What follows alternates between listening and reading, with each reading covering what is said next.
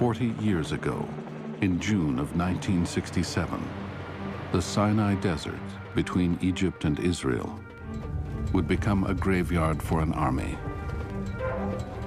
It would also become the final resting place for shattered dreams.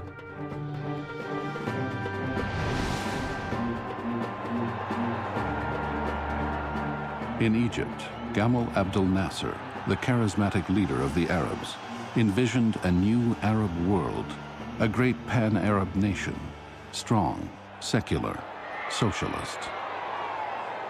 Led by Nasser, it would stretch across the Middle East. But to him, there was one major obstacle that stood in his way: Israel.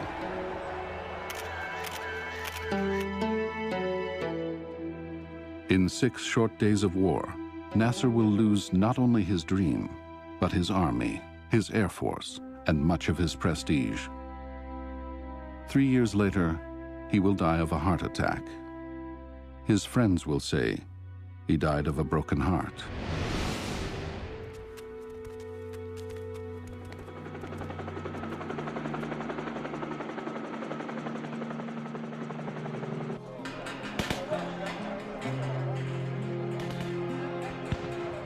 New dreams were born in a victorious Israel as the architects of war entered ancient Jerusalem.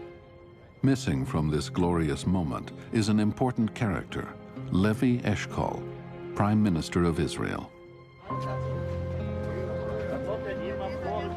Eshkol was the opposite of Nasser, a manager, a man without charisma, someone devoted to the nuts and bolts of developing Israel's economy. A man who yearned above all for a nation living in peace. But Eshkol, like Nasser, failed. Failed to hold back those who wanted war. Failed to lead his own generals. Failed to find peace.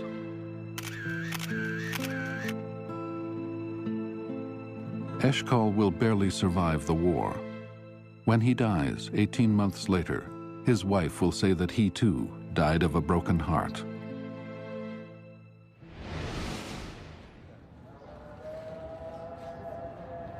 The Six-Day War of 1967 is a brilliant military success for Israel, but it has a troubled legacy. It mires the country in years of occupation and violence, and leaves an Arab world so traumatized that more and more will turn to militant Islam. The Six-Day War will prove to be an unfinished war, just one battle in a conflict that has never ended.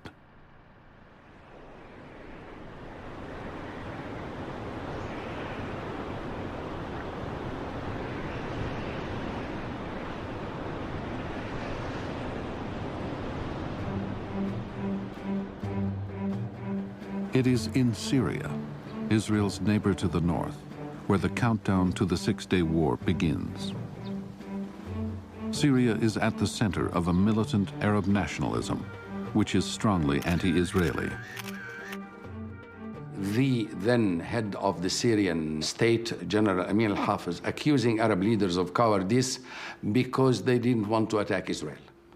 And he said that given the command of all Arab forces in the countries surrounding Israel, he would be able to wipe out Israel in 6 hours.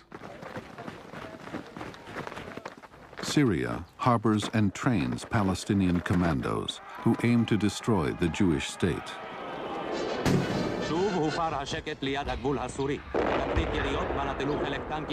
Both countries settle disputes over land and water with artillery. In April of 1967, tensions between Israel and Syria reach a new high. Fighter jets clash in the skies over Damascus, and Israeli pilots down 6 of Syria's Soviet-made MiGs. Israeli Prime Minister Eshkol issues a warning. I hope that our northern neighbors will think twice before they entangle themselves in a nasty adventure which we will not be able to ignore.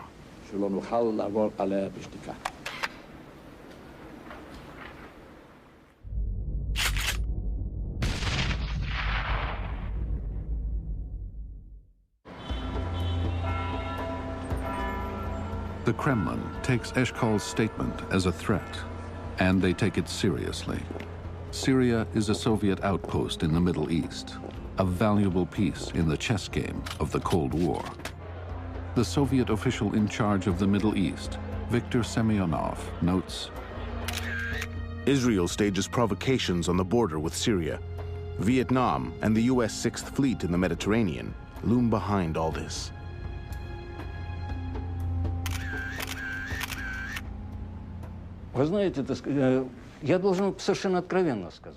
I should tell you honestly that we had detailed, factual information from the KGB and military intelligence about Israeli forces concentrating on the border with Syria. Our friends, Egypt and Syria, were the first to be informed about it.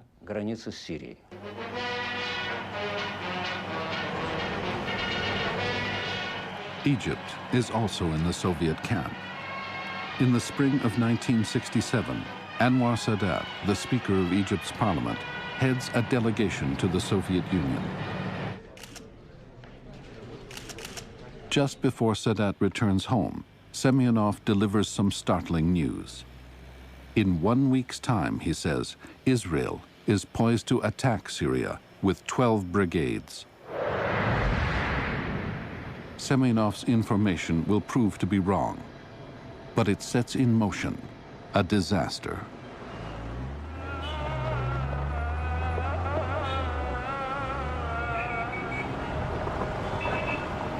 Back in Cairo on the 14th of May, Sadat speeds the news to Egypt's president, Gamal Abdel Nasser. He finds Nasser with Field Marshal Amer, the head of the armed forces. They are already poring over maps. The Soviet ambassador has given them the same warning about Israel. Egypt and Syria have a mutual defense pact. If Israel is threatening Syria, then Egypt must react. But 60,000 Egyptian soldiers are off fighting for a socialist revolution in Yemen. Without them, Nasser doubts the readiness of his army to fight an all-out war with Israel.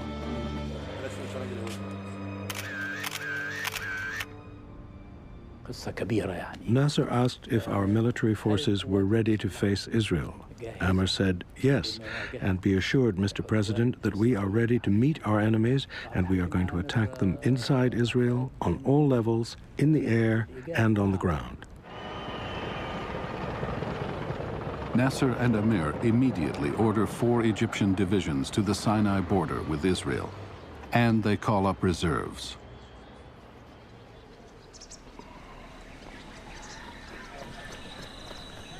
The Egyptian reserves mostly come from Nasser's power base, the hundreds of villages of the Nile Delta. We didn't know anyone else but Nasser. Because the farmer was very poor, Nasser gave him land. Nasser was supporting poor people. All of us loved Nasser. The mobilization orders go out to thousands of peasants.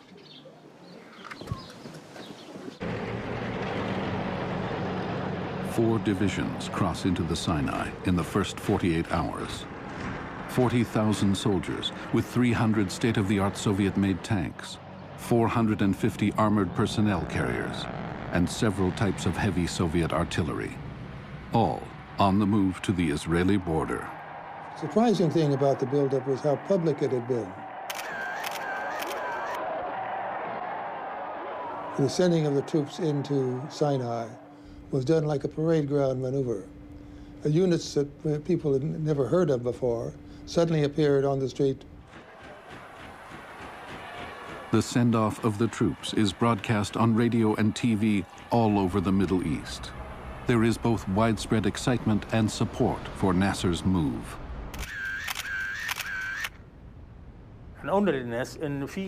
We were telling people there was a military buildup on the Syrian front, that Israel intended to attack Syria. that we couldn't be spectators, that we had to be ready, if Syria was attacked, to enter the war and to attack Israel, to reduce the pressure on Syria. 12 hours into mobilizing his troops, Nasser finds out the Soviet intelligence warning about Israel's attack is wrong. At this moment, Nasser can back off from war. But he doesn't dare dampen the excitement he's created throughout the Arab world.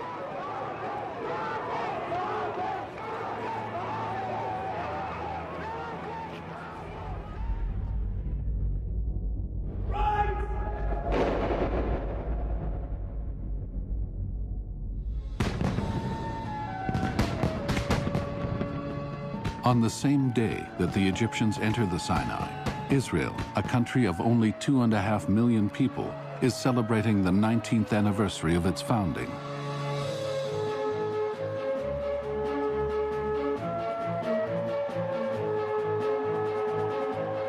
And although the public is unaware of it, Israeli intelligence has just learned of the massive Egyptian buildup in the Sinai.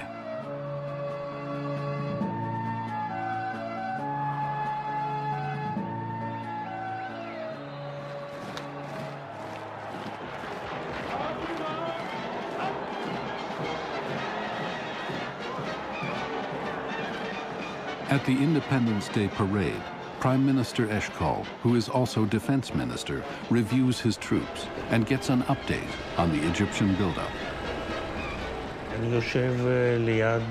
I'm sitting near Levi Eshkol on the dais in the stadium. The parade begins to move, and an officer comes and whispers in Eshkol's ear. Eshkol raises an eyebrow, looking worried.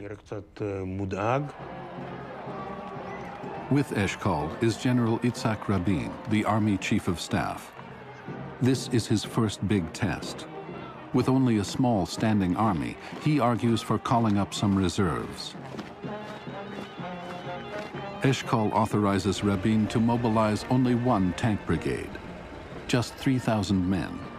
He fears a bigger mobilization could be perceived as a provocation. The first Israeli reservists are called up that night.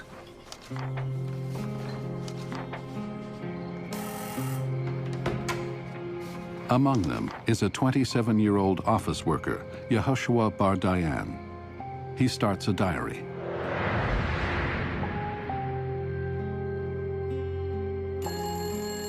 "11 p.m. at night, a telephone rings. I have to leave in 10 minutes and help mobilize my unit. Gila is shaking. I am nervous too."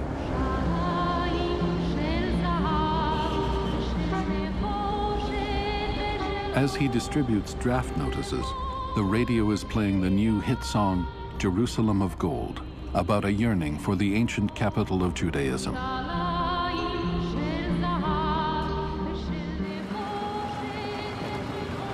It takes all night to mobilize everybody.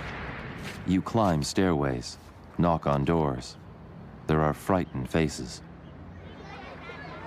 Husbands enter the children's room to kiss the kids, trying to calm everyone, to reassure them.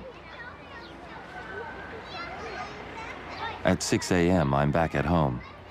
I kiss Gila and Yariv goodbye. They wave to me from the balcony.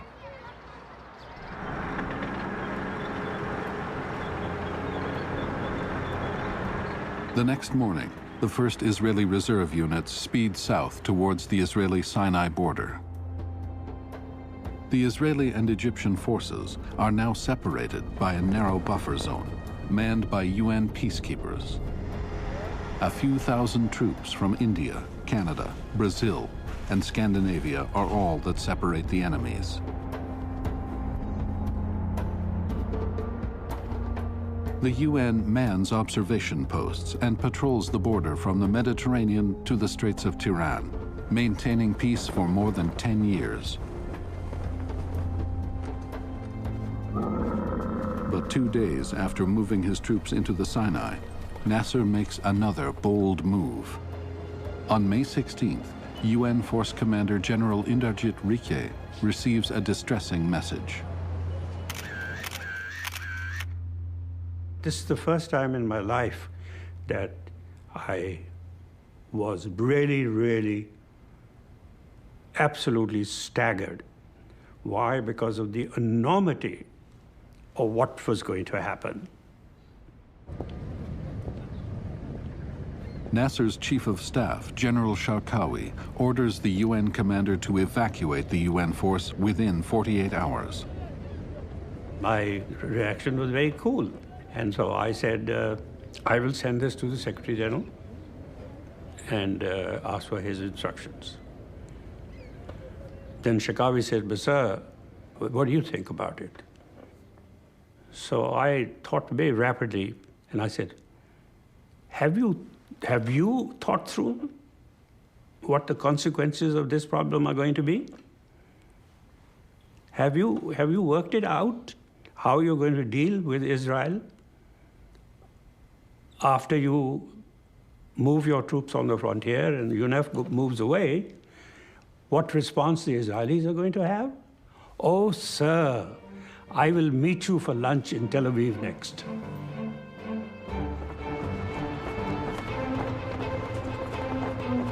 UN Secretary General Outant receives Egypt's request. Without consulting the Security Council, he acquiesces to Nasser's demand for the removal of the UN force.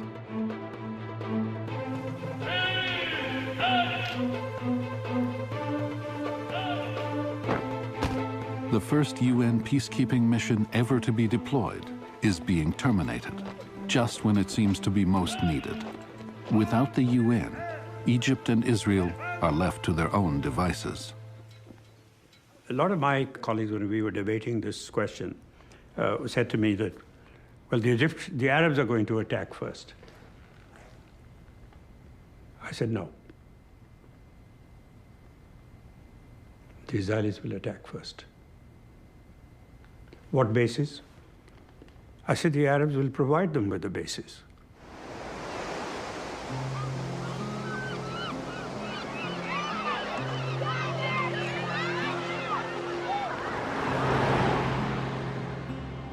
In the American embassy in Tel Aviv, John Haddon, the CIA station chief in Israel, reports to his superiors in Langley, Virginia.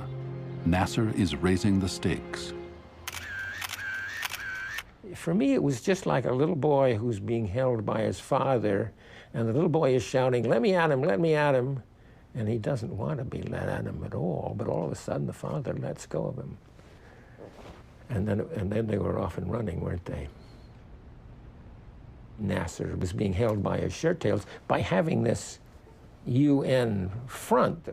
And when he demanded that it disappeared, and no one was more surprised than he, I think.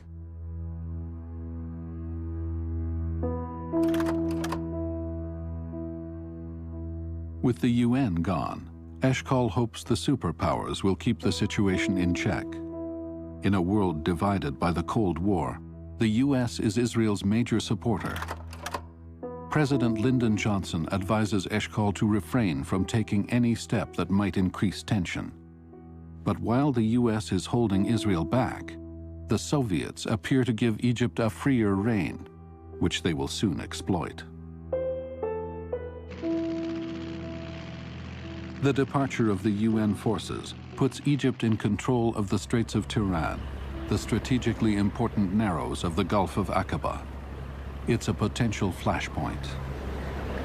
The job of keeping the straits open and so giving Israeli shipping access to this Gulf was taken on by the United Nations Emergency Force. Now, of course, that force is gone.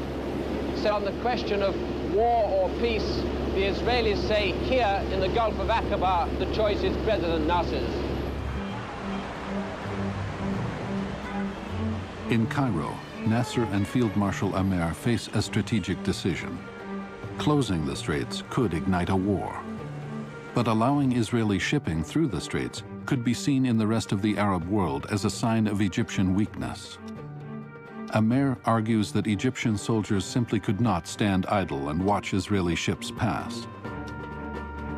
He convinces Nasser that the army can face any Israeli retaliation. لا هو كان Ammar said we should take a firm stand. He told Nasser, "My forces are ready 100%. They are strong enough to defend us and to push the Israelis back to their borders."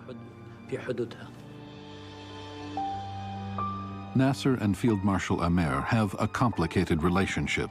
They rose to power together 15 years earlier when they led a military coup that overthrew the king. Nasser assumed the top political job, and Amer was put in charge of military matters, and he is ready for war. صدقني تاني مرة بقول لو أن القيادة العسكرية أو أحد من القيادة العسكرية. No one from the military leadership objected. It was the opposite. They all believed they were strong.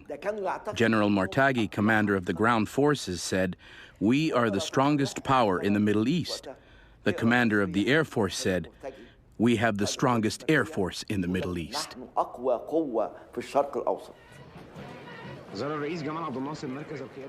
May 22nd, Amer and Nasser visit their troops in the Sinai. It is now a formidable force of 100,000 men. They have a secret plan to strike at Israel in 5 days. But they have a more immediate tactic. They announce they are closing the Straits of Tiran to Israel. It is virtually a declaration of war.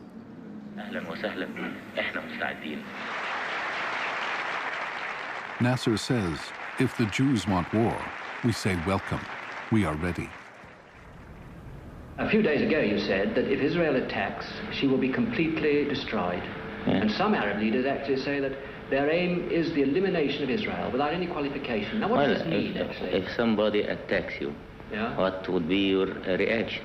Somebody attacks us, we will react. React in war means destruction. And if they don't attack, will you let them alone? Yes, we leave them alone. We have no intention to attack Israel.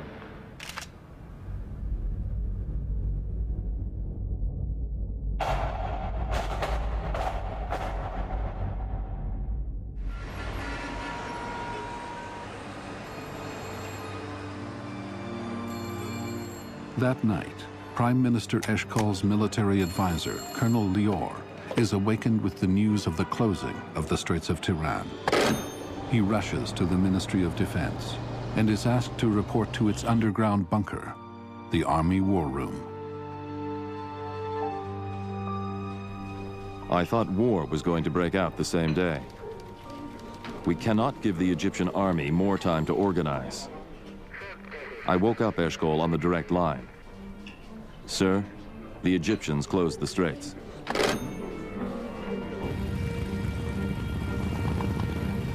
At 8 a.m., Eshkol meets with several generals in the war room, including Chief of Staff Yitzhak Rabin and the head of intelligence, Aharon Yariv.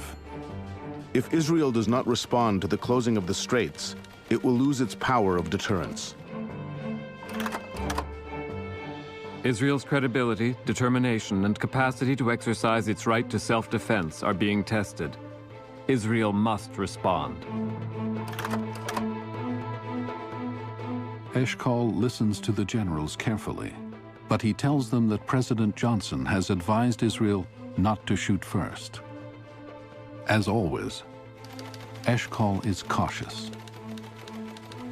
He decides to sound out international opinion, and he postpones the decision to go to war for 48 hours.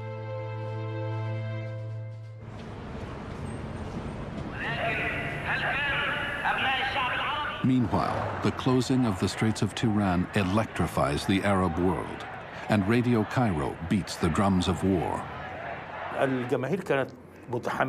The masses were very excited, sure that their army could win.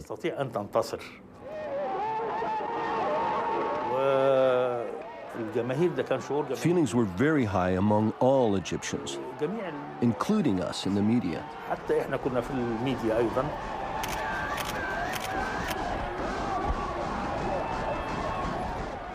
واضح ان عبد الناصر كان هو القوة الروحية. It was obvious that Gamal Abdel Nasser had a very advanced Arab vision. From the Persian Gulf to the Atlantic Ocean, Nasser was the man we were all waiting for. للشخصية التاريخية المنتظرة هو عبد الناصر.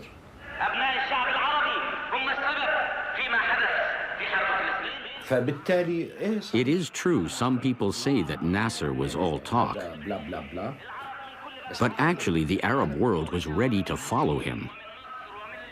The Arab world was ready to sacrifice for a successful project.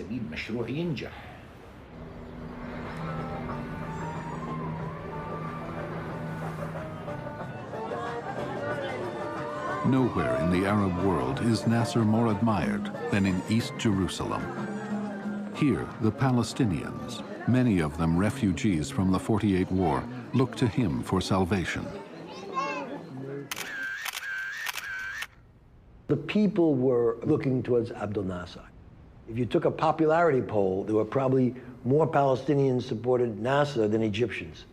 You know, I mean, he was an incredible hero. I remember seeing his face on prayer rugs. I was shocked by that. What are you doing with the face of Abdel Nasser on a prayer rug? I mean, he was such an extraordinary hero, as if he could do no wrong. Nasser's preparation for war makes it possible for hundreds of thousands of Palestinian refugees displaced 20 years earlier to dream of returning to their villages and farms that are now part of Israel. Here in this part of the world, in the Arab country, no one accepts this idea about forgetting all the past, all the 20 years, and close our eyes and leave everything as it is. Nasser has dramatically revised his agenda. The looming conflict is no longer about deterring Israel from attacking Syria or controlling the Straits of Tiran. Now he talks about turning the clock back 20 years to before the State of Israel was created. Radio Cairo delivers this message to Israelis in their own language. ناصر ناصر أنحن أحريخة نشميد إتخم نصرف إتخم نشحك إتخم عدك. And because there is no Israeli television in 1967, Israelis watch Egyptian television in Arabic. You turn on the TV and you watch Egyptian television, and you see the celebration in the streets. You see Nasser sitting down in the airbase in Sinai with the MiG-21 pilots in their G-suits ready for combat, smiling from ear to ear. You see the massive amount of tanks entering Sinai. We had the feeling that we were being suffocated, that they were going to destroy us all. The Arab press is contributing to the frenzy with its anti-Semitic caricatures of Jews. Israel is shown crushed, pierced, and destroyed in the coming war.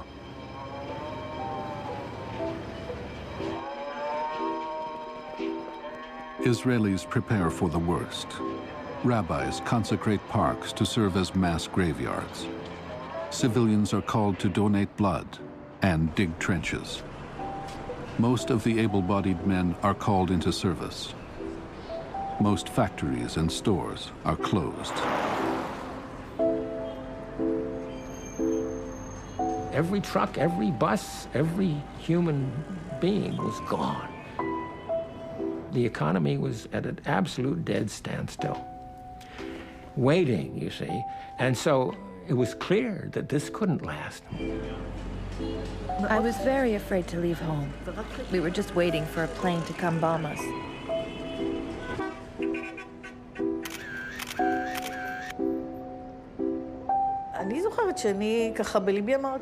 I remember that in my heart I had decided that if we were conquered, I would turn on the gas and we would die together.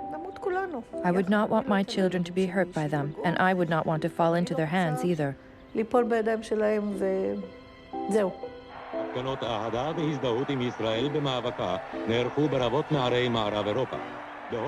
Arab propaganda has an impact beyond Israel. For Jews everywhere, it ignites a deep-seated fear that another Holocaust is in the making.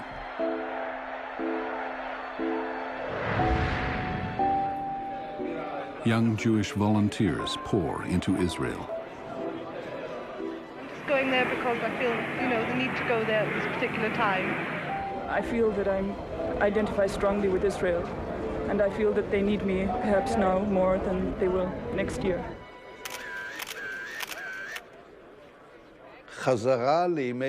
We returned to the days of the War of Independence, when the threat was really a threat of annihilation.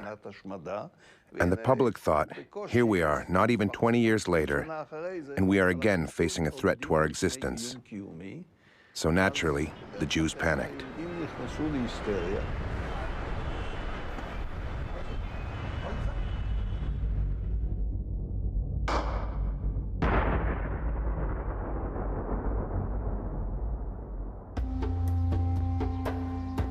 In the moment of crisis, all eyes turned to Israel's founding father, David Ben-Gurion, the man who led the country through the dark days of the War of Independence in '48. Ben-Gurion thinks it is a mistake to go to war, and he fears the worst. When Chief of Staff Yitzhak Rabin comes to seek his advice, Ben-Gurion reprimands him and triggers a major crisis.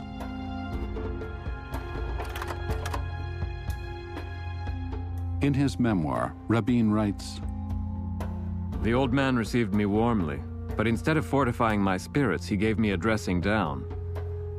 He said, 'I doubt very much that Nasser wants to go to war, but now we are in a serious situation, totally isolated.' When I left him, I was despondent. It would be days before his words stopped ringing in my ears. He said, 'You have led the state into a grave situation. You bear the responsibility.'" Yitzhak always respected Ben-Gurion. He was the old man, and Yitzhak was the young one. Ben-Gurion, I think, planted doubts in his mind. Yitzhak told me, maybe I'm wrong. Maybe I took on too much responsibility.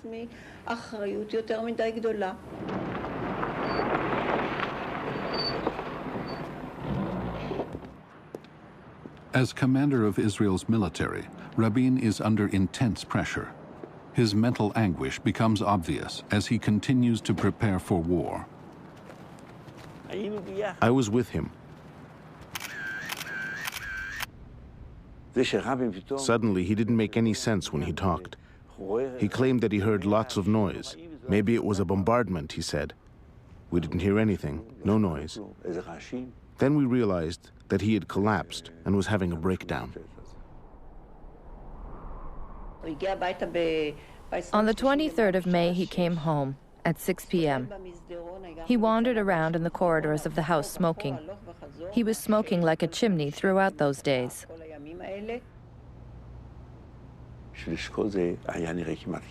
Rabin's collapse was a disaster for Eshkol.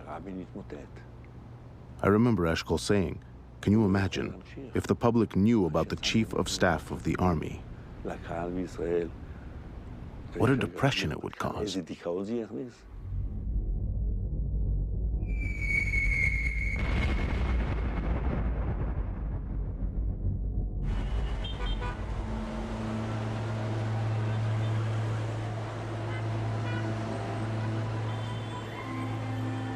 That same day, May 23rd, the UN Secretary General U Thant comes to Cairo to try to prevent war. A day of meetings with U Thant and UN General Riquier fail to resolve the crisis. But later, in a private meeting with Nasser, they gain a troubling insight into his predicament. He was under tremendous political pressure. The military are insisting that he go to war. He definitely indicated that he was afraid of a coup, assassination.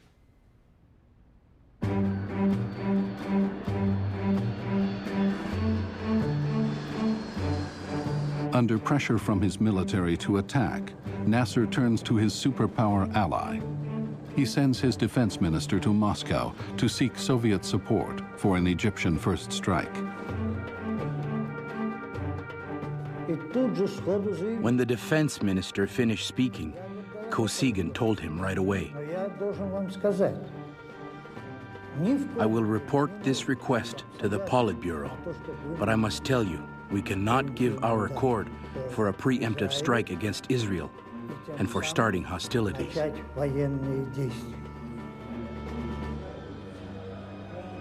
The Soviets, who incited Nasser in the first place, apparently have had a change of heart. Despite Amer's insistence, Nasser decides to heed Kosygin and postpones plans for a first strike.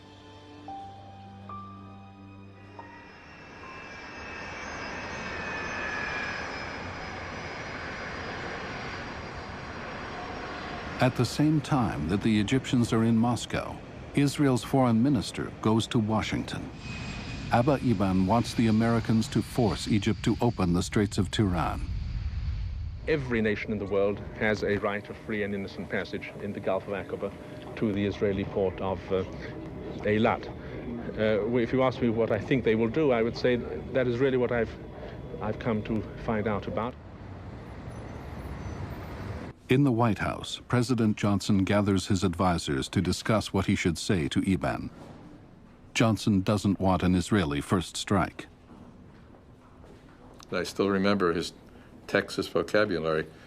Come sundown, I'm the one who will have to bell this cat, meaning Abba Eban when he came to the White House to find out what the position of the United States would be. President Johnson asked us to bring the foreign minister to the family quarters of the White House, and to speak rather crudely about it, the intent was to work him over, to persuade him is perhaps a more polite term, to avoid a preemptive attack. Abba Eban is ready to be persuaded, but only if the U.S. dispatches a naval force to open the straits and make a formal commitment to help Israel if it is attacked. But Johnson is not ready to go that far. He expressed to me a sense of his own impotence that I had never heard either before or since from an American leader. He said that he was actually confined, contained, and frustrated by the Vietnam War. The Americans are only willing to say they will try to reopen the straits. That could have been done. The United States only had to send one ship through, and I believe that Nasser could have capitulated. President Johnson also balks at a defense pact with Israel. He believes Israel is strong enough on her own. At the time, we had three independent appraisals of the results of an Egyptian-Israeli war. All three showed that, beyond a shadow of a doubt, Israel would win. I think we estimated that if Israel preempted, they'd win in 7 to 10 days. If, on the other hand, they responded to an Egyptian attack, I believe we estimated they'd win in 14 days. But Johnson went on, my generals are always right about other people's wars. And he then said in a kind of Delphic oratory, Israel will not be alone unless it decides to be alone. I will talk to my colleagues before I to the public. Sir, are you optimistic? I'm realistic.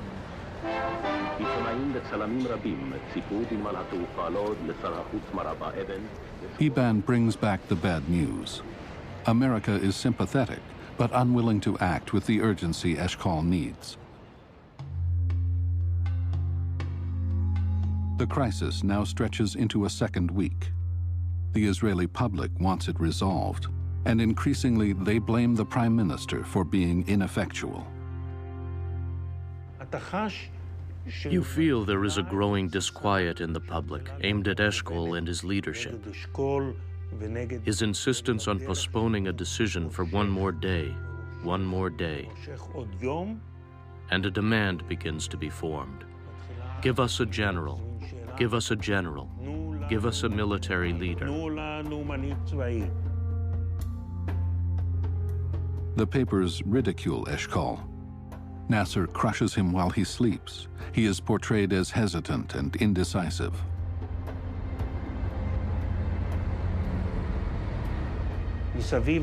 Women were staging noisy demonstrations around the party offices, and we could hear this chanting, "Give us Diane, give us Diane."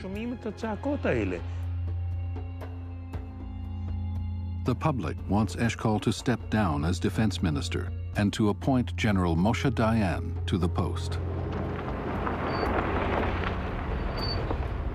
Dayan is extremely popular. He's a military maverick, and he's a hero. In 1956, during the Suez Crisis, he defeated the Egyptian army. Decisive and unapologetic, Dayan believes war is the only alternative Israel has at this point. But still, Eshkol resists.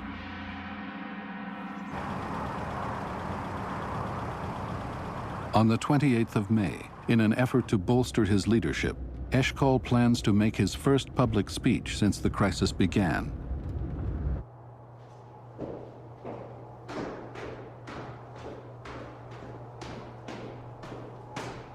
Eshkol wants to reassure a tense nation, to tell them that he has a plan, that the government will fight if Israel is attacked, but that he will work together with the U.S. to avoid war. With no time to prepare, Eshkol's secretary insists the speech be delivered live. We brought him to the studio, and I did 2 rehearsals with him. He was great, coherent and fluent.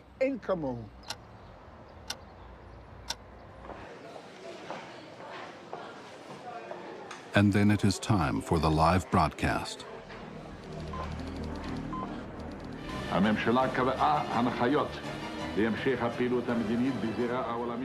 The speech goes well until Eshkol stumbles over a word.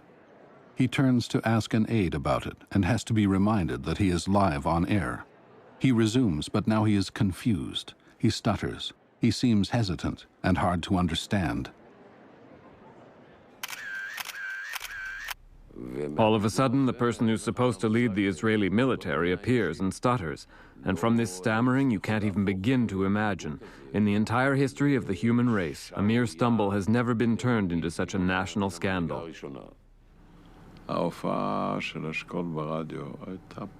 Eshkol's radio speech was simply traumatic. In retrospect, one could probably say that the public overreacted. But at the time, when you didn't know what is going to happen, and the whole world is applauding Nasser, at a time when we lost our self-confidence, and the worst doubts were voiced, the impression it created was of doubt and fear. Colonel Lior writes, "It was a horrible broadcast. With his stuttering, he conveyed more insecurity and confusion. I heard that soldiers at the front burst out crying." But there is more drama to come that fateful evening.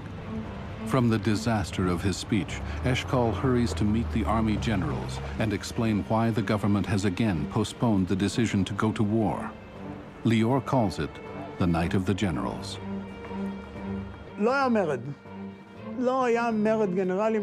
There wasn't a general's rebellion. There was a meeting.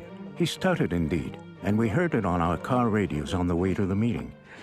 We knew Eshkol. It wasn't a big deal. But there was a lot of harsh talk.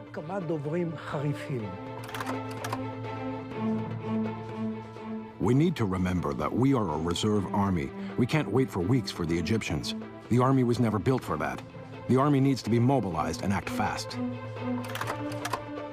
Today, we sawed off with our own hand the deterrence power of the Israeli army. We sawed our main weapon, the fear, from us. The problem is not the Straits of Tiran. The problem is the existence of the State of Israel. Egypt, with the help of the USSR, is creating an army whose sole goal is to annihilate us. It is also obvious that our army is ready, but no one is activating it. Our problem is that Nasser challenged us in front of the whole world. He's showing off, and we need to end it.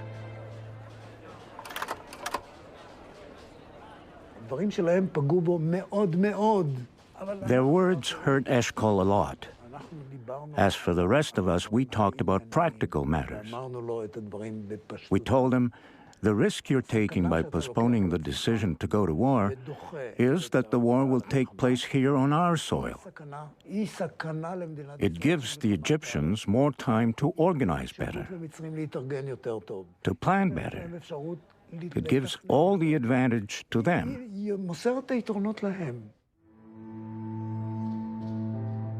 It is Eshkol's turn to answer. He speaks to the generals with great emotion.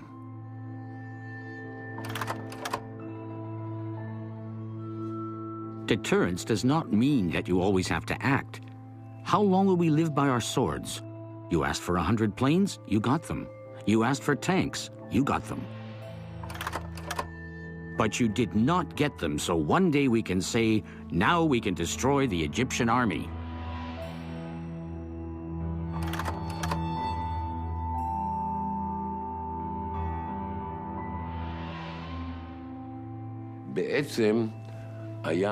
It was a quiet putsch by the general staff.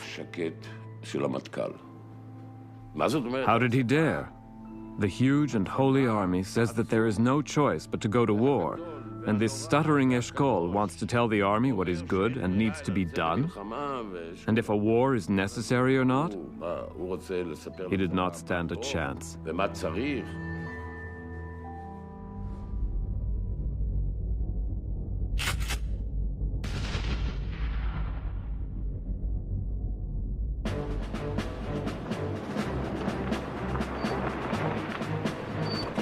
The possibility of a war with Israel generates great excitement and support in the Arab world. A victory will undo the humiliation of Israel's very existence. Kuwait pledges its army to the United Command, along with Algeria, Tunisia, and Morocco.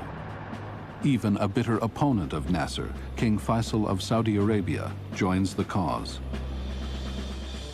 Will Saudi Arabia go to war against Israel?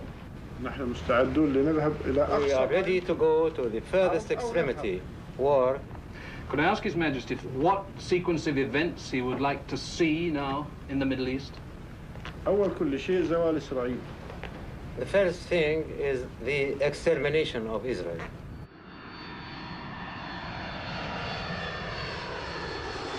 Jordan is not yet part of the Arab coalition, but this changes on May 30th, when King Hussein flies to Cairo to sign a defense pact with Nasser. Although the two men have not spoken in years, Hussein feels he has no choice but to join Nasser's war plan. He must protect his image as a nationalist Arab leader and protect his country in case of war. King Hussein felt that to defend the West Bank, he needed Arab support. That Arab support wouldn't be forthcoming unless he mended his fences with Nasser, because that would alleviate the pressures, that would stop the propaganda against him. Just a few days earlier, Hussein told Western diplomats that Nasser's closing of the Straits of Tiran was insane, that it would end badly for the Arabs, that they're not ready to fight Israel. But now Hussein is a full-fledged member of the United Arab Command. Control of the Jordanian army is signed over to the Egyptian military.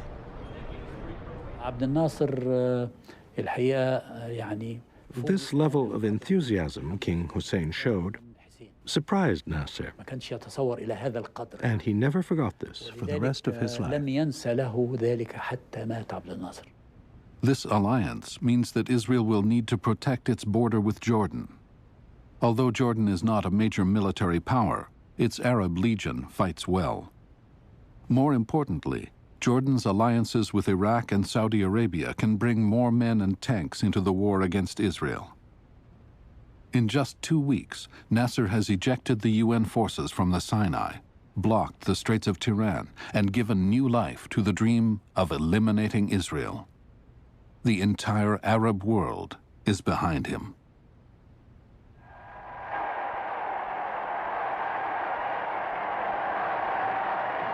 People were absolutely convinced that with King Hussein and Abdel Nasser, with Syria and Iraq, there was going to be a war and they were going to win. I mean, without really doing anything, but they were going to win somehow. It was going to happen. And there was this hysteria almost in the air, a hysteria of excitement and expectation.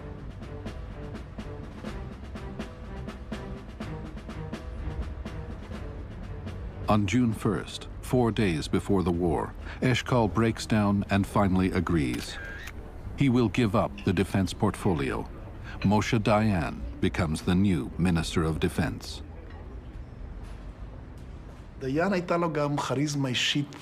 Dayan had incredible personal charisma. He was able to hypnotize the public.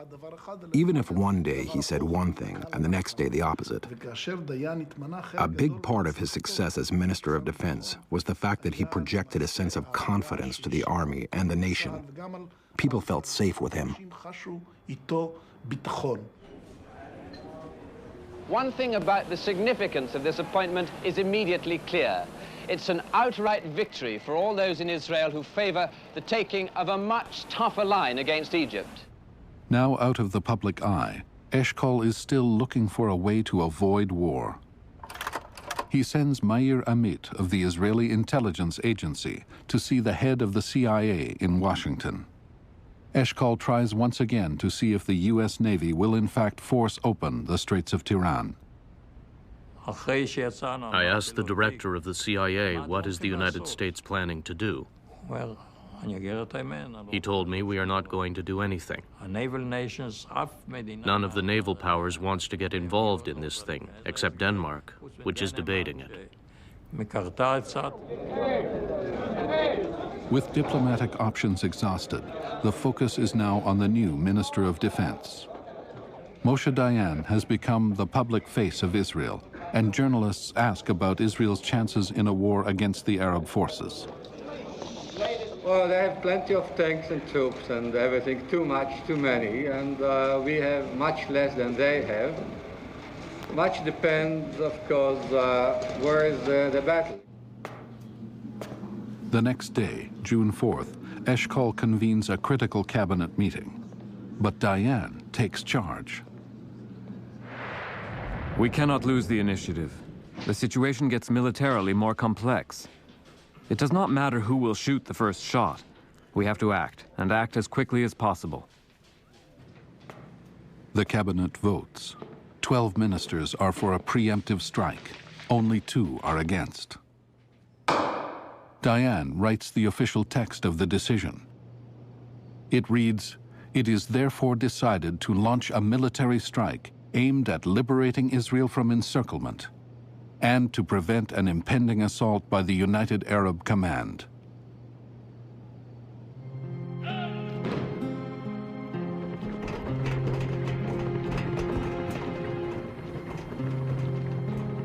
Yitzhak Rabin, recovered from his collapse, drills his army and air force relentlessly. On the eve of war, he says, the Israeli Defense Forces are wound up like a mighty spring.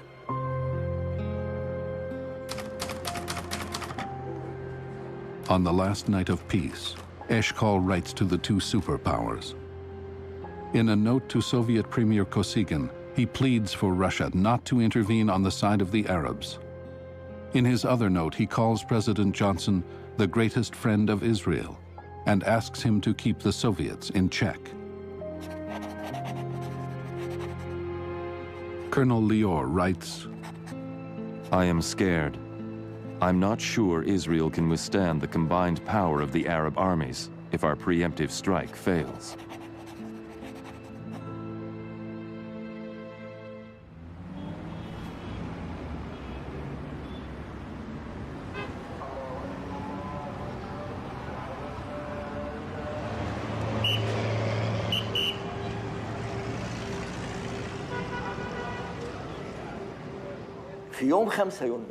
That morning on June 5th, I was at home having breakfast. The attack came at exactly 10 to 8. I heard it from my house.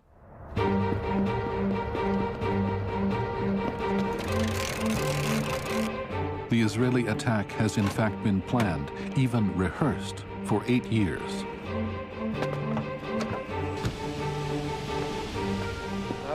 Before I fly, I leave all my feelings behind.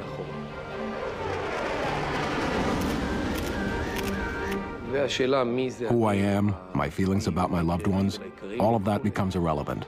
I focus only on the mission.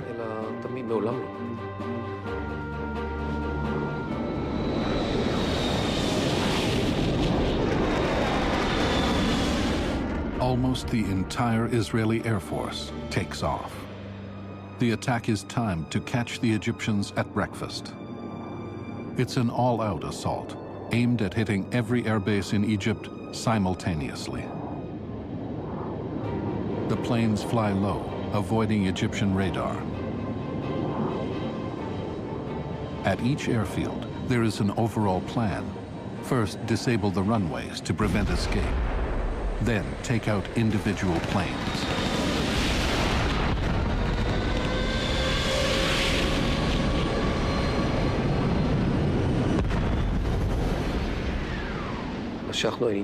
We climbed, then dived. The Cairo West airfield was burning in front of me. It was cool to see the airfield burning. My target was in front of me. Now to find my Tupolev bombers. Each is the size of a Boeing 707 and intended to bomb Tel Aviv. It was a great feeling to destroy them.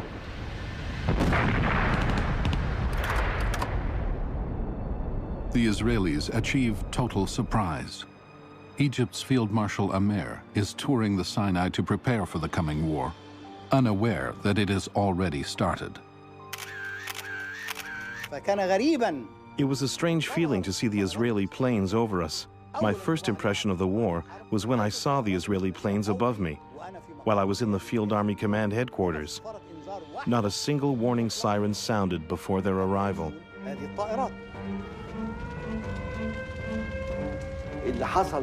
I can't say I wasn't expecting what happened, but I didn't imagine it was going to be that bad. Not that bad. In just 3 hours, the Egyptian Air Force is destroyed. 280 modern jet fighters and bombers lost. It takes only 2 more hours to destroy the Syrian Air Force, and minutes to annihilate the Jordanians. Within the first hours of the war, Israel has destroyed the air power of its enemy and is now able to mount its ground offensive without fear of an Arab air attack.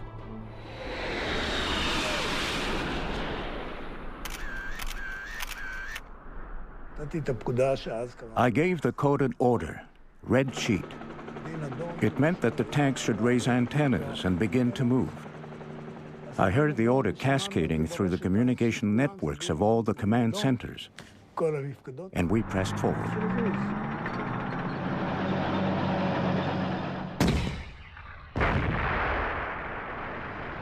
Israel drives an armored wedge into Egyptian defenses along the 3 roads leading into the Sinai Desert and begins to engage the main body of the Egyptian army.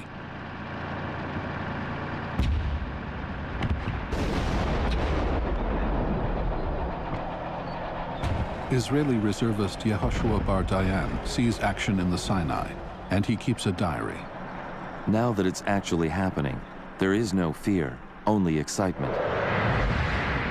It seems like chaos. Dozens of tanks and armored trucks are on the move. We're suffocating in the dust.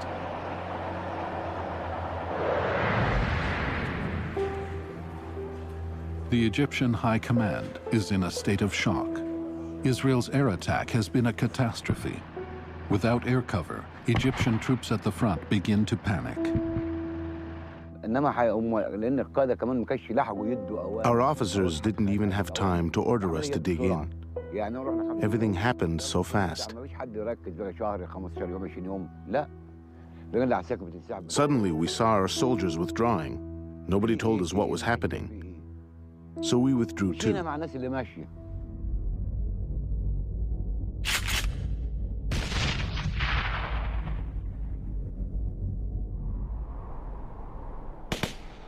With both air and ground wars going badly, the Egyptian military's command and communication networks begin to crack. Commanders at headquarters don't know what's happening in the field.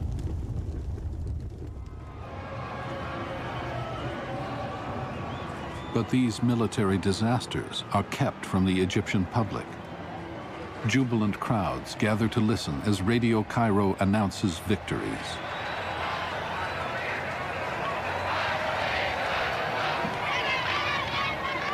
Each fictitious downed Israeli jet elicits cheers. ولم يكن مسموحا All we were allowed to broadcast were the announcements of the General Command. The command was telling of great victories. We have downed dozens of aircraft. Our forces are advancing in the Sinai, and commandos are already in Israeli territory. It gave us the impression we were achieving a great victory. In Damascus, the Syrian Broadcasting Service is also reporting imaginary conquests. The President of the Republic came to the TV station to make a speech to the nation. He encouraged the people, telling them that the war had started and that tomorrow we would have lunch in Tel Aviv.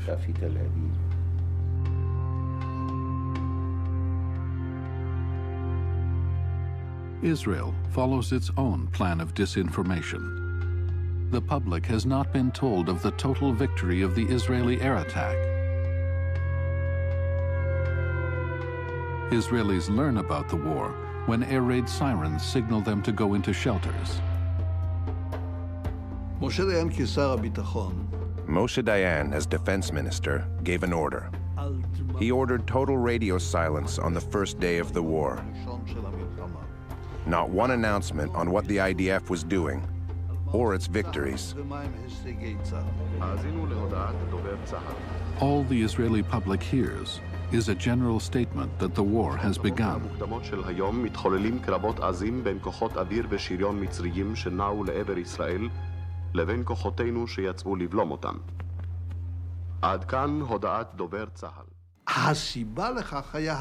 The reason for that was the fear of an immediate international intervention that would attempt to impose a ceasefire. The Soviets soon learn about the war and the destruction of the Egyptian Air Force. At the Kremlin, the Politburo goes into emergency session. The Politburo was trying to determine its position. Shall we get involved militarily or in some other way? The Israeli army was advancing inside Egypt. The whole situation was getting out of control. We had to decide what to do. The Politburo opts for a bold stance. It rushes reinforcements to the Egyptian army and orders 41 MiG jet fighters to fly to a staging ground in Armenia. While preparing for war, the Soviets also activate the hotline and contact the White House directly. For this task, the Kremlin summons its foremost English translator, Viktor Sukhodrev. I was led into a room where I saw not a telephone, but an ordinary teletype machine. And they had rolls of paper, a typewriter-style keyboard. That was it. Then Premier Kosygin walks in. Kosygin said, tell the White House that Chairman Kosygin is here at the apparatus and wants to talk to President Johnson. About 7:15, the telephone rang. It was the duty officer in the war room. Mr. Secretary, Prime Minister Kosygin's on the hotline. He wishes to speak to the president. So the president came on the line. He said, in effect, God damn it, Bob, what are you calling me for at this time in the morning? I said, Mr. President, Prime Minister Kosygin's on the hotline. How do you wish to respond? Kosygin started dictating. The Israelis were advancing into Egyptian territory, and it was therefore up to Israel's ally and supporter, the United States, to stop the aggression. President Johnson doesn't want the Soviets to take unilateral military action, nor does he want to become entangled in Israel's war. Johnson writes back immediately. He promises Kosygin to work together with the Soviets in the United Nations and do everything possible to stop the war before it escalates.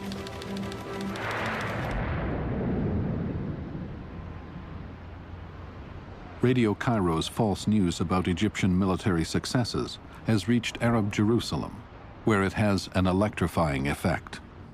What's the radio saying about what's happened? 23 airmen for Israel. 23? 23 now. Airplanes? Yes, airplanes. What, shut down? Yes.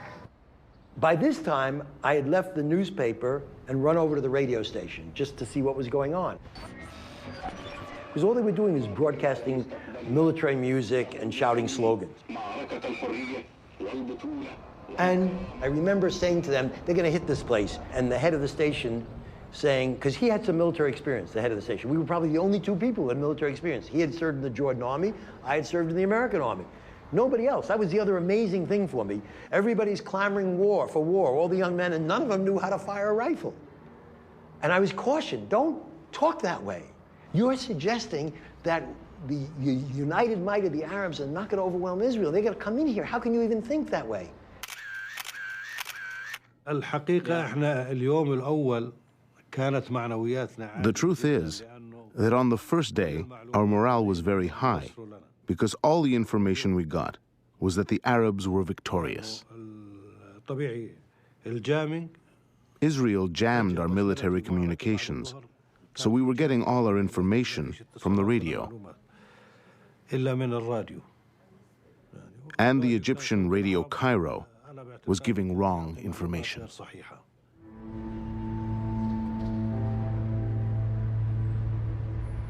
In Amman, Jordan's King Hussein receives a message from Israel. We appeal to King Hussein and to other neighbors to stay their hand, and Israel would do likewise. But King Hussein can do little. He has signed a mutual defense treaty with his Arab neighbors, and his army is now under the control of an Egyptian, General Riyad. We were fighting the war on the basis that it was an Arab joint effort. This is why the Egyptian general's views prevailed. The Arab war plan calls for the Egyptian and Jordanian armies to cut Israel in half. But neither King Hussein nor General Riyad have any real information about the progress of the war. Just public lies from Radio Cairo and private lies from the very top. Nasser calls the king and tells him that his planes are attacking Israel. He urges Hussein to seize as much territory as possible before a UN ceasefire.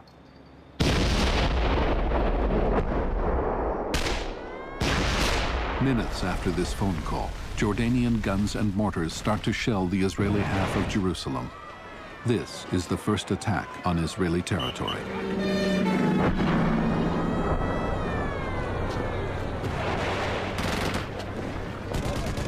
They started bringing in hundreds of wounded by ambulance and also by helicopter. There's a helicopter landing field over there.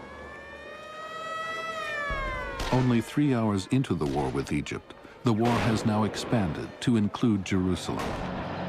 The future of the Holy City, sacred to Muslims, Christians, and Jews, will be decided by force of arms in a battle that will resonate for generations.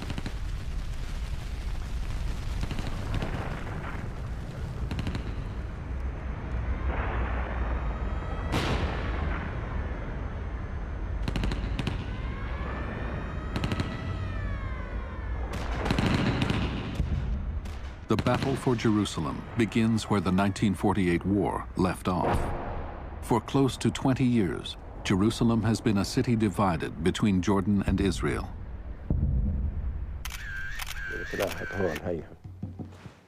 In his home, Jordanian soldier Badi Awad keeps a prize painting. It depicts how his unit defeated the Israelis in 1948 and captured the Jewish quarter. 19 years later, in 1967, he's back. This time to fight for the demilitarized UN compound. I got a direct order to occupy the UN headquarters south of Jerusalem. I was to secure it from an Israeli incursion.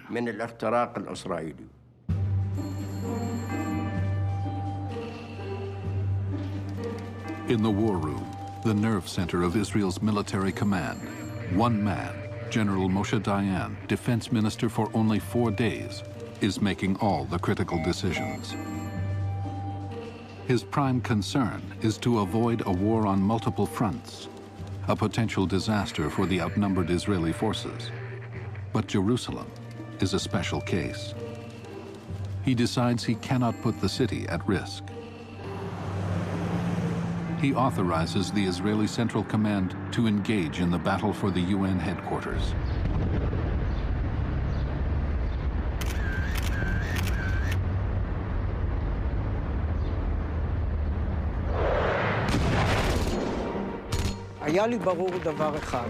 One thing was clear to me. If I could quickly counterattack, I would be successful.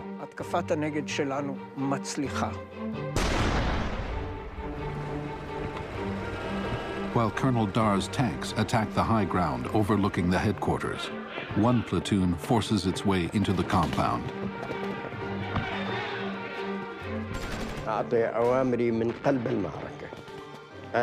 I was giving my orders from the heart of the battle. I was facing the enemy with my soldiers.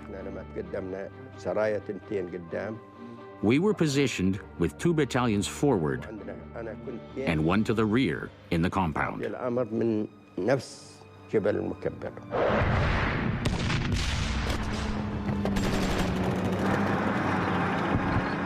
By late afternoon, a wounded Asher Dar captures the UN headquarters. Now that a ground war with Jordan has begun, the military must control the road from Tel Aviv to Jerusalem. In the war of 1948, that road, which runs through the Latrun Valley, was occupied by the Jordanian Legion. General Moshe Yotvat is assigned to secure the road. Yotvat is no stranger to this place. He fought here twice in 1948. And twice, the Israelis were unable to dislodge the valley's Jordanian defenders. I was wounded in the battle. The platoon commander was wounded. Ariel Sharon was wounded. Actually, everyone who came out alive was wounded. The rest did not come out alive.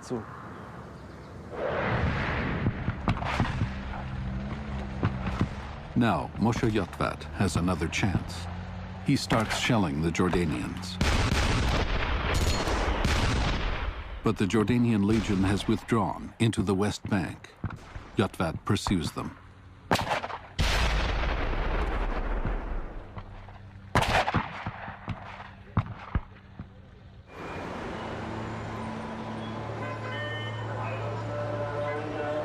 In the war room in Amman, Jordan's military elite is watching disaster unfold. They want to defend and hold Jerusalem as they have done in the past. But their troops are now under the command of an Egyptian general, and he is following orders from Cairo to send Jordan's army away from Jerusalem. They were shouting and screaming at each other, and they nearly fought because the Jordanians felt this was a battle of destiny for them. It meant the future of the West Bank, and in particular, Jerusalem.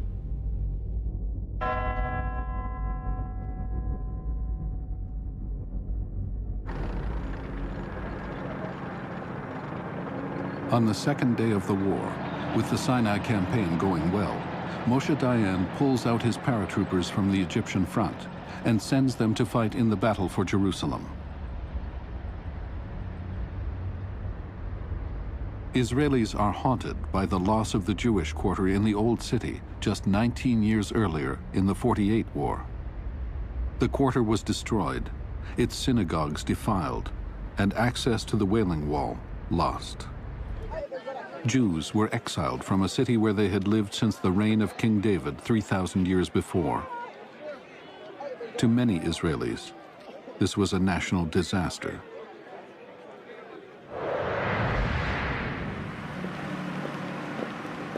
One of the paratroopers sent from the Sinai to fight in Jerusalem is Hanan Porat. For me, and not only for me, I finally understood something. The war was changing direction. It was no longer a war for survival, a defensive war against jihad, but a war which, even if we didn't express it this way, had become a war of redemption.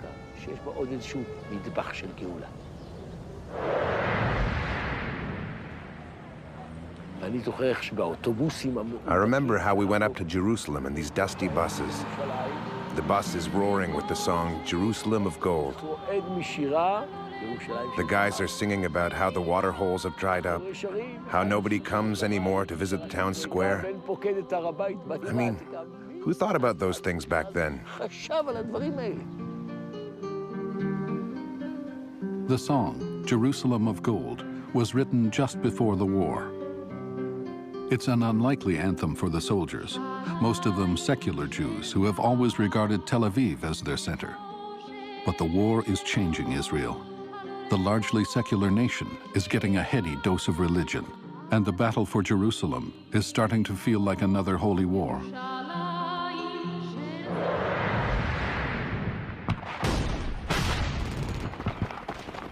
That night, the Israelis begin a determined ground offensive.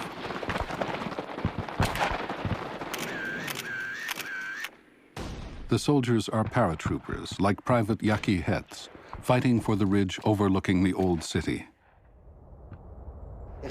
I felt there was no earth underneath me, like I'm walking through water.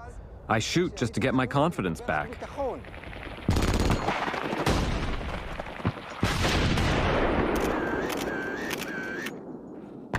Ghazi Rubaya commands a company of the Jordanian army assigned to protect the ridge.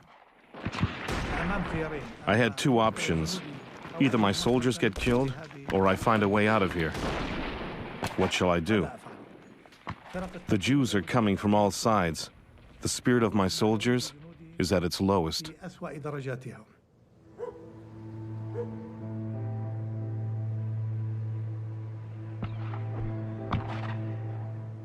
The Jordanian resistance is broken after 5 hours of fierce fighting. 105 Jordanians and 35 Israelis die, 18 of them from Yaki Hetz's platoon.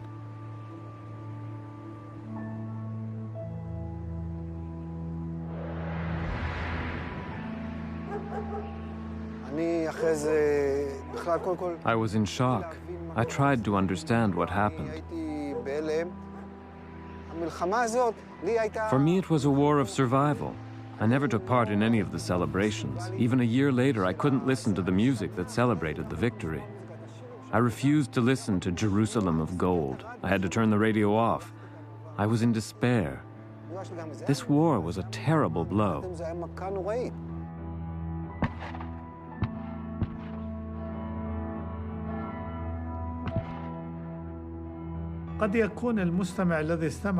Those who listen to my story of the war may not realize the scope of the tragedy, the fierceness of the battle, the fear, the hunger, the pain, the responsibility. Defeat is bitter. Its psychological effects stayed with us for a very long time.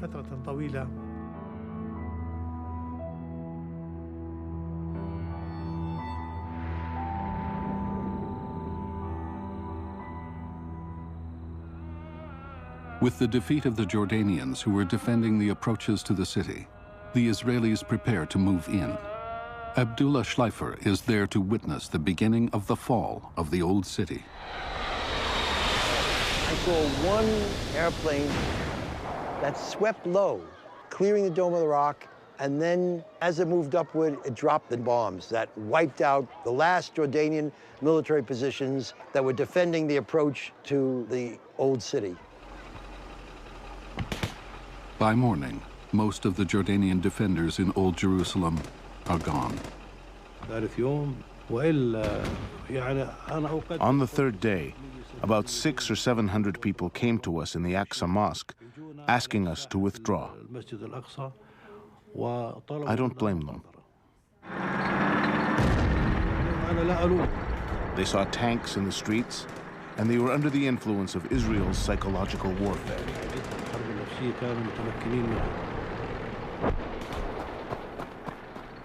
A few stayed on the walls to fight. A few militiamen and a few Jordanian soldiers who decided they were going to stay and die here. They stayed on the walls, and there was even a unit, a sergeant and two of his men, who were with the Jordanian army as it left the city. And by the time it got to the other side of the valley, they looked back, the sun was rising, and they saw the sun sparkling on the dome. And they were so moved by this sight. Usually when people desert, they desert to go away from war. These men deserted to come back and fight.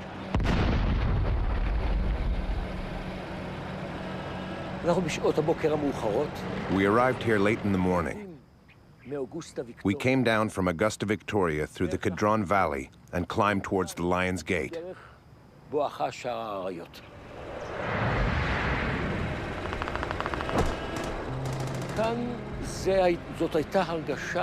We felt that we were making history, that we were writing a new chapter in the Bible.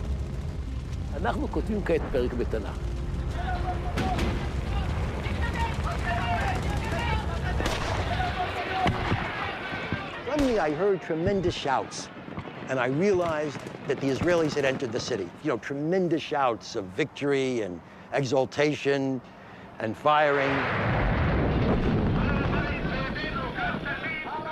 You could see Israeli troops fanning out in the Haram Sharif, and you could see the prisoners were being taken, and they were obviously notables of the city, because this Haram was the last command post for the governor, for what there was of a civilian command. From the Temple Mount, the soldiers find a small gate that leads to the Wailing Wall. Even young secular Israelis get caught up in the religious frenzy. Near me, I can see a kibbutz member from a left-wing kibbutz, and he is asking me, Hanan, what prayer do you say here? I tell him, pray. But I do not know how to pray, he answers. Say Shema Israel. And he tells me, I do not know how to say it. I told him, repeat after me. And he repeated, shouting, Shema, listen, our God of Israel. Believe me, I do not know if I ever heard such a prayer in my life. I'm standing there with my family holding my American passport, and I'm saying, I'm an American, I'm an American. And they're shouting, the roof, in English. They want to get out of the roof because there's still some sniping. And then it's in every Israeli history book. They come up to hang the flag.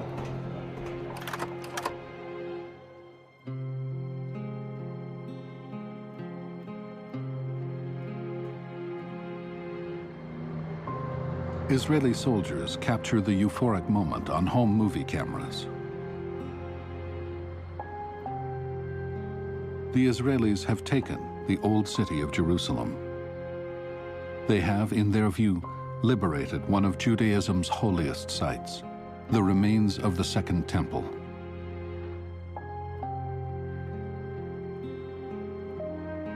But at the same time, they have occupied one of the Muslim world's holiest places, the Haram al-Sharif, or Noble Sanctuary.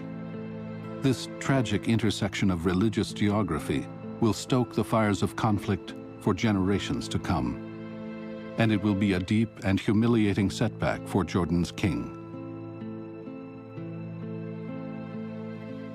King Hussein has always perceived himself as a Hashemite leader. He's a descendant of the Prophet Muhammad. And the protection of the Jerusalem Muslim shrines was the responsibility of the Hashemites. And history would register that they were lost during his time. If we are going to live, we will live with honor. If we don't make it, we will die with honor. For our nation, for our rights, and for all times.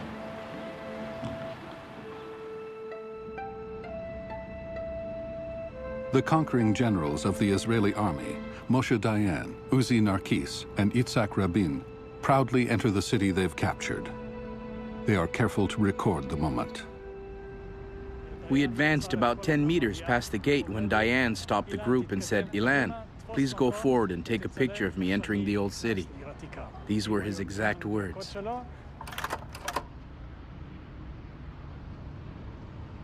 It is to be a purely military triumph. Israeli Prime Minister Levi Eshkol is absent. He has been told it's too dangerous for him to come. There's only room for Israel's heroes of the moment, the military.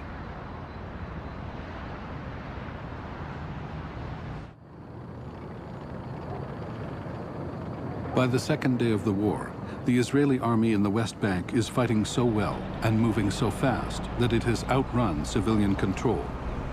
Even the Army High Command is leaving critical decisions to local commanders.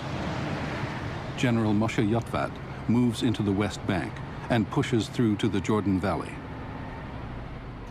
I was just taking advantage of opportunities as they came. And this is how it happened in every place we took on the West Bank. It just rolled from one phase to the next. There was no plan. Yes, there were operation plans from before, but there was no overall plan to occupy the West Bank, period.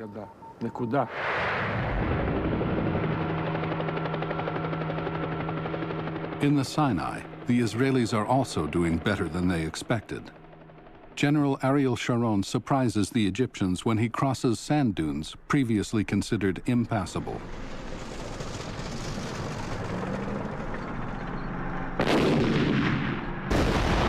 He orders his artillery to make the earth shake.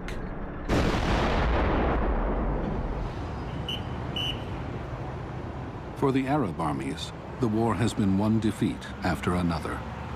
If their leaders are to survive this calamity, they must shift the blame somewhere else.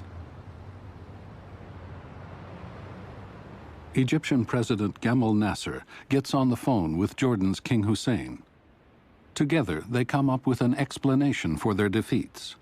They accuse the US and Britain of fighting on Israel's side. But Israeli intelligence has taped the call.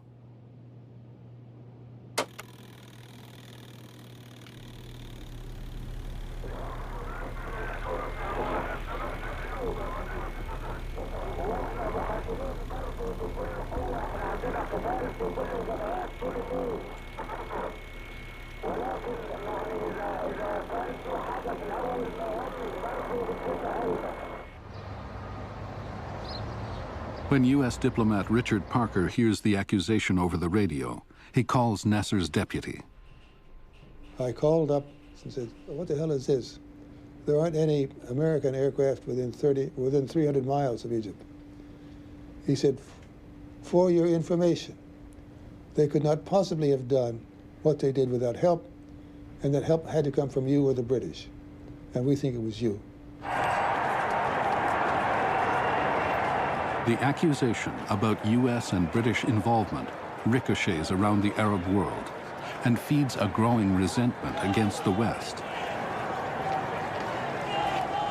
From the outset, President Johnson has tried to stop the fighting.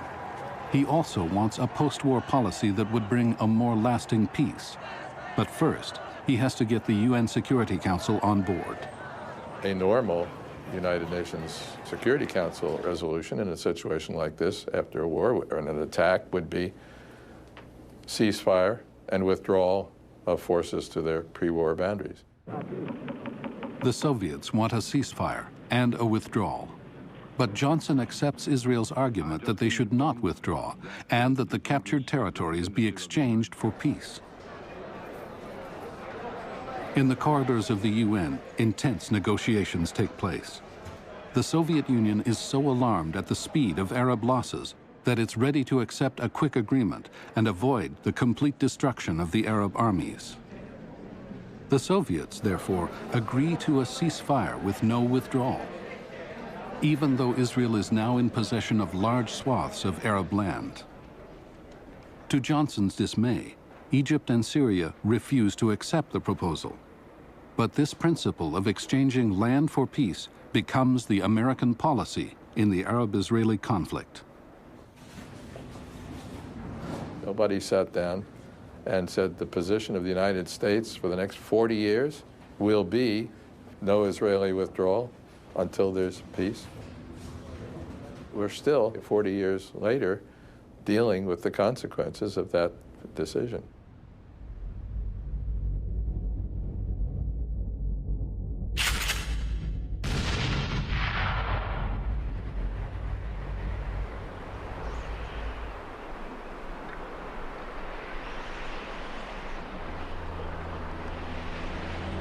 The Egyptian army, though battered, remains a formidable fighting force.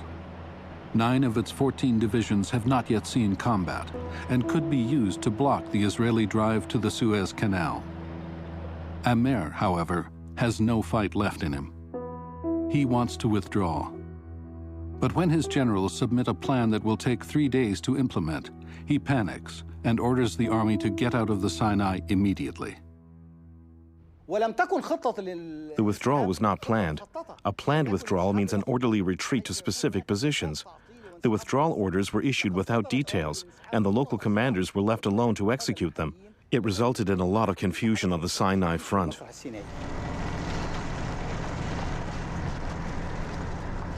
The Egyptian army took a month to move into the Sinai, and now they are trying to escape in a day. Amer's withdrawal order is intercepted by the Israelis, and they set a trap.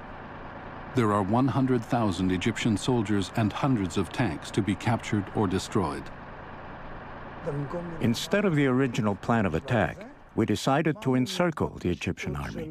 We knew they had a withdrawal order, and so they would have to find a way to break out of this encirclement. Rather than attack them, we were waiting for them to come to us.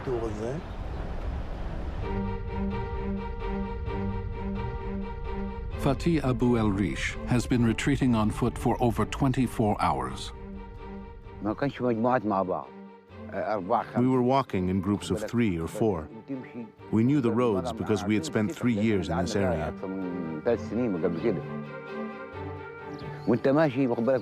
As we walked, we looked in broken down cars for food or water.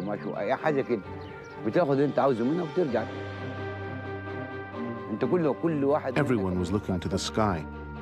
We were afraid that there would be an airplane coming to attack us.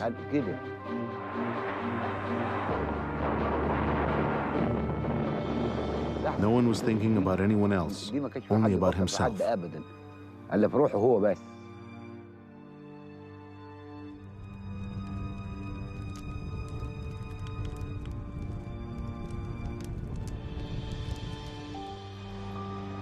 Yehoshua Bar Dayan writes in his diary, I am driving over bodies. There are human limbs, one after another. I'm driving over the face of an Egyptian soldier. His nose is sticking up, and his eyes are open. I am searching for a word that will describe the sight. It is the total destruction of the Egyptian army.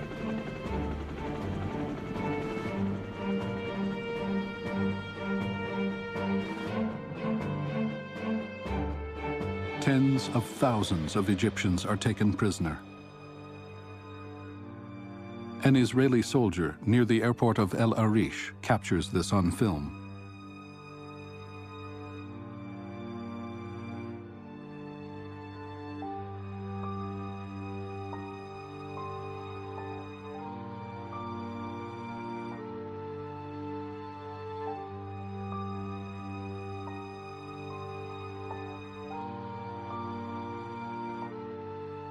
As the numbers become overwhelming, the Israelis decide to keep only officers and specialists and let the others go. There was chaos until we got to the banks of the Suez. The Israelis told us, go back home. They captured a huge amount of soldiers and were detaining about 20,000 people, but then they let them go.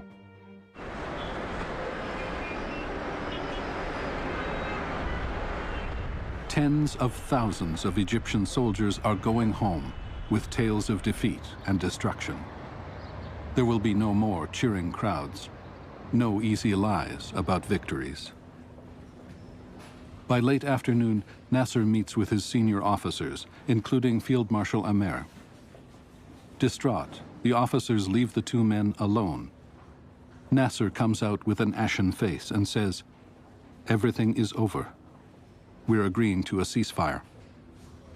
He was very sad. He reiterated what he said to me. If I knew the army was incapable of military confrontation, I would have avoided it. I am a chess player. I can play politics. I didn't have to go to war.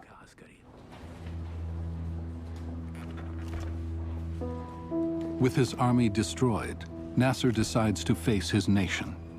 He justifies his road to war and admits that the Egyptian army has suffered a terrible defeat. But he avoids responsibility and blames the US and Britain for helping Israel. He then stuns his countrymen and the Arab world by resigning as president. أيها الإخوة، لقد تعودنا معا في أوقات النصر وفي أوقات المحنة، في الساعات الحلوة وفي الساعات المرة، أن نجلس معا وأن نتحدث بقلوب مفتوحة، وأن نتصارح بالحقائق. أذكر مصور تلفزيون. I remember the cameraman was crying. The chief cameraman had to take over for him in order to continue the broadcast. Nasser has barely finished his speech when thousands and eventually hundreds of thousands of Egyptians, many organized by his political party, fill the streets, crying, shouting, begging their leader to stay.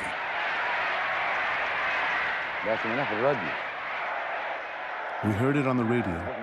We wanted to go to Cairo and to tell him, no, don't resign. He had to stay.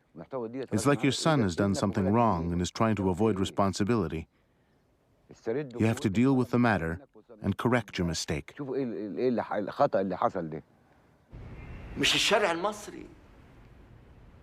Not only the Egyptians took to the street, but all Arabs everywhere.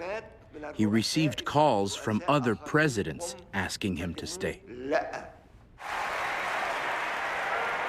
Hours later, Radio Cairo announces that Nasser will not resist the voice of the people. He says that he will remain in office until the traces of Israel's aggression are eradicated.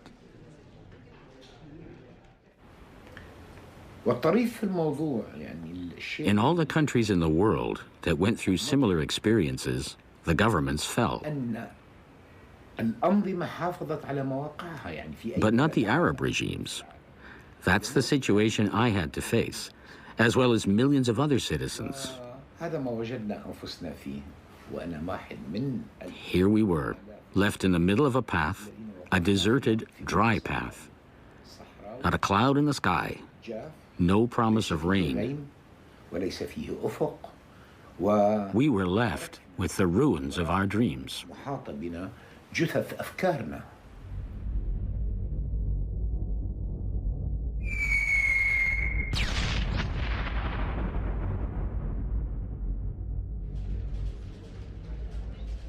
In the first 4 days of war, Israel defeats Egypt and Jordan.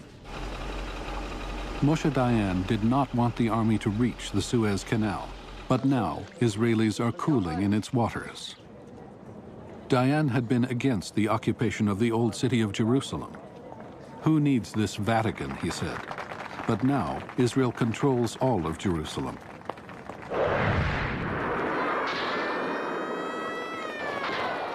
Dayan was reluctant to respond to Syrian shelling in the north because of the possibility of involving Syria's powerful ally, the Soviet Union. But on the 5th day of war, Dayan changes his mind and orders an attack on Syria. Dayan once told me that Israel is like a small mouse. There's a big ocean in which all the superpowers swim. They're the big fish, whales, dolphins. And Israel is like a small mouse.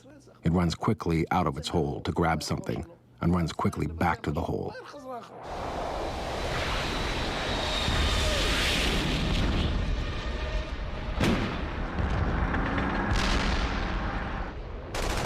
Israel attacks all along the Syrian border. Dayan's goal is to control the strategic Golan Heights and silence Syrian guns once and for all. His action brings the world to the brink of global war.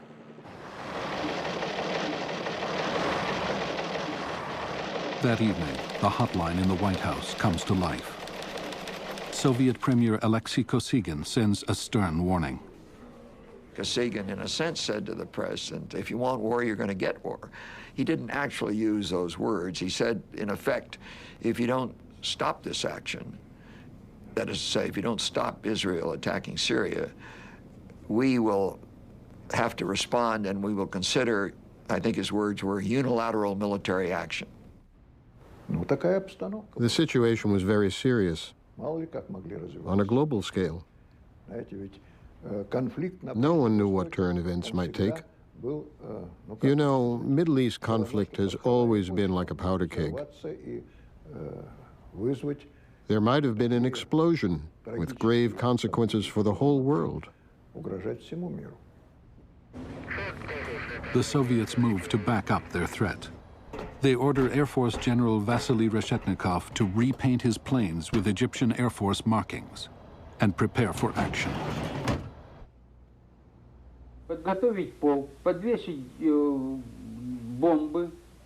I was told to get my air squadrons ready, to equip the airplanes with bombs, and to be ready to strike military and communications targets in Israel.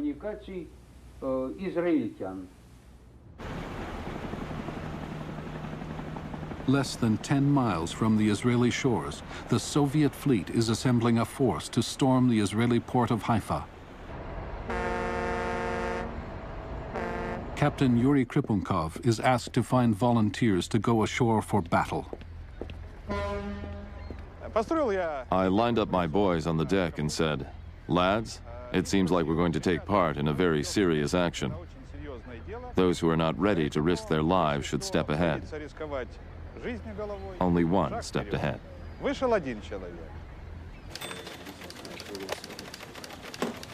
As the news of Soviet military preparations streams into the Situation Room in Washington, the U.S. makes military preparations of its own.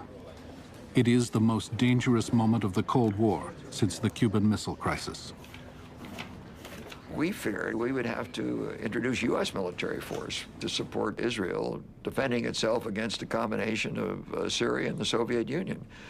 The Sixth Fleet was then steaming on a training exercise in the Mediterranean toward Gibraltar.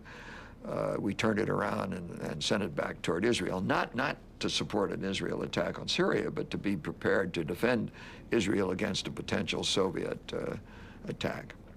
Very, very dangerous.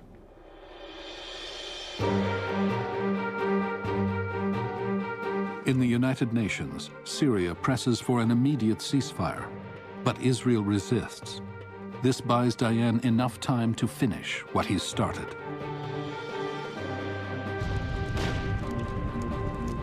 In the next few hours, the Syrian army is decimated.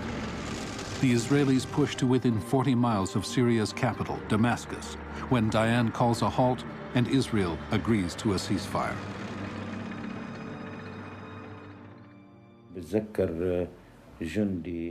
I remember taking in my car a soldier who was walking back home from the front. He was crying. I asked him, "Why are you crying?" And he said, "I would have preferred to have both my legs amputated than to return home in such defeat."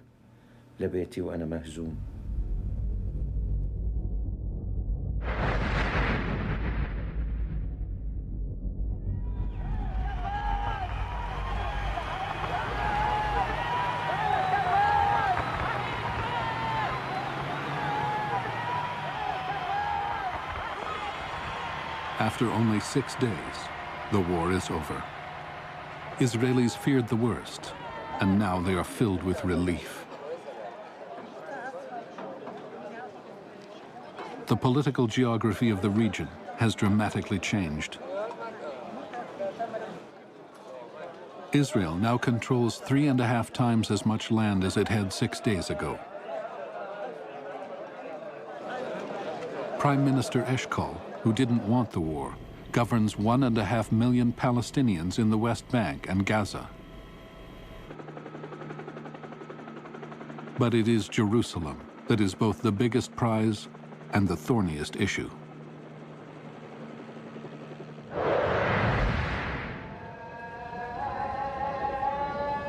In Old Jerusalem, the Israelis feel they've liberated their ancient capital, and they are quick to make their presence known. The war ends at 6 p.m. That same night, the Israeli army begins to alter the city. I start hearing noise coming up from the Magadam quarter, and I see there are bulldozers, and they're starting to destroy houses.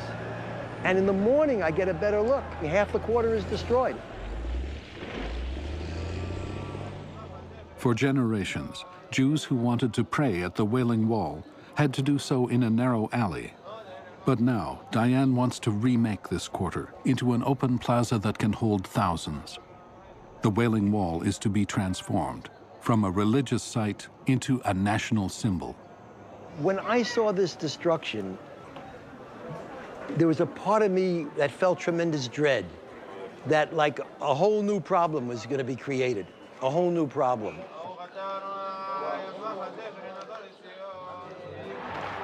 But for the moment, Israelis are triumphant. Thousands go to Jerusalem to celebrate and give thanks. They feel they have been saved from destruction. Yet many want more than a short-term victory. What would you like to see happen now? Would you like to see all the land that's been gained kept by Israel? No, I would like to see peace. Oh, I think there may be a chance for peace now with the Arabs, yes, of course.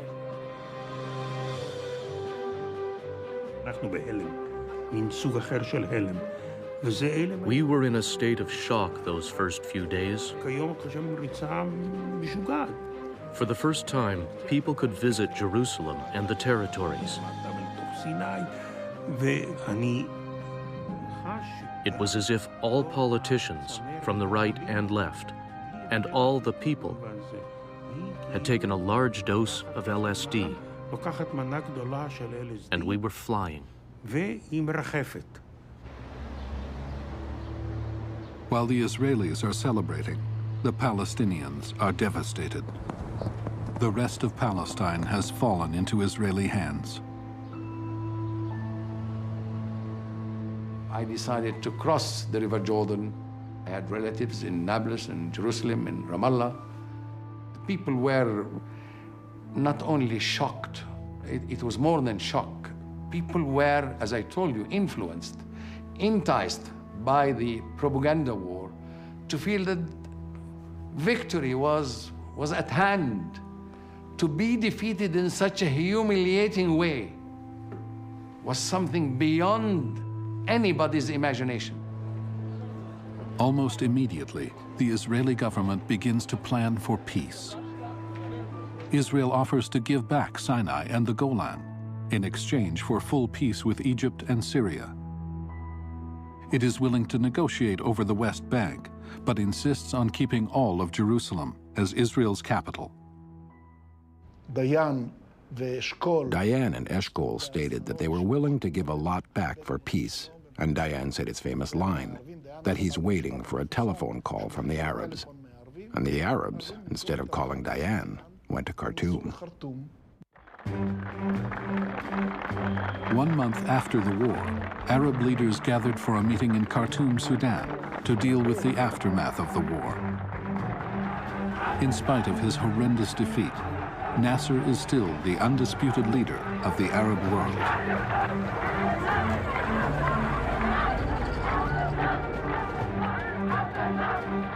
He rejects the land for peace concept promoted by the Soviets and the Americans as being tantamount to a surrender.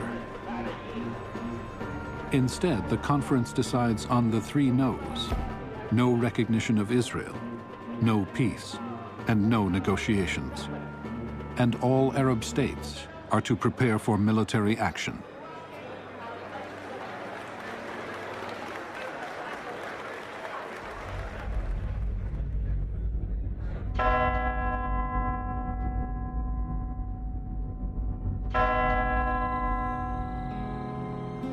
In the years after the war, Egypt and Jordan do sign peace agreements with Israel. The Palestinians and Israelis are still in painful negotiations. The Arab League has accepted the principle of land for peace. But 40 years later, the war is still with us. Its results are embodied in every aspect of the bloody Middle East conflict. Both the victors and the vanquished are still searching for its meaning.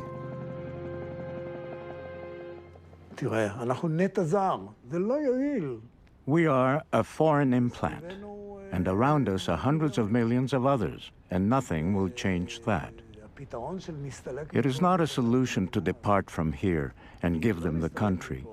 And if we don't leave here, this conflict will not end very soon. The Israeli horizon, you see, is only to the next battle. Because if they lose one battle, they're gone. We tried to understand why. We were deceived. They lied to us. The only objective of the Arabic regimes was to stay in power, nothing else. Our institutions were incapable of dealing with this catastrophe. Our governments showed only a short-term view, a lack of organization, corruption. What fell is the political government class in the Arab world. We thought we were strong, politically, militarily, economically, culturally, and even creatively. Suddenly, with the war of 1967, we found ourselves at the edge of a pit, the edge of a vacuum. Our institutions were incapable of dealing with this tragedy.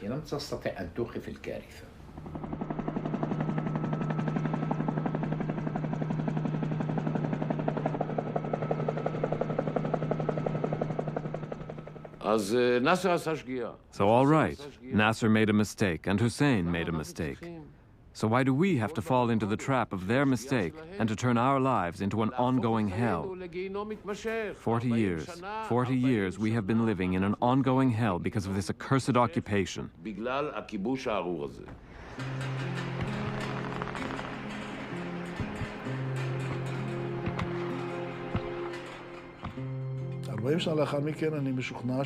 "40 years later, I'm convinced that the war was the right step. I'm very proud of the Six-Day War. I applaud its result. It changed the face of the Middle East, and I think the peace we achieved with Egypt and Jordan are the direct result of the Six-Day War."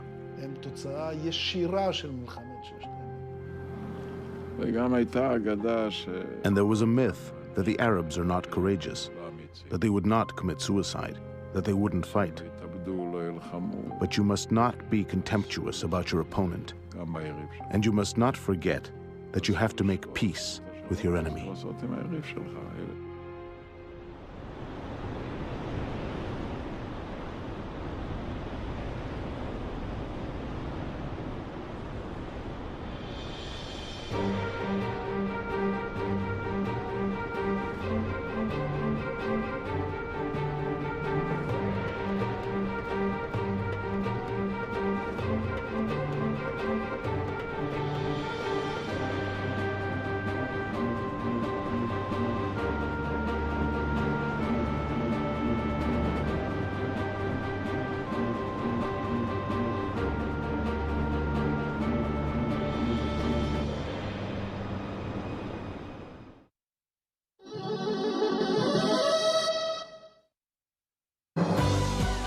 We are PBS.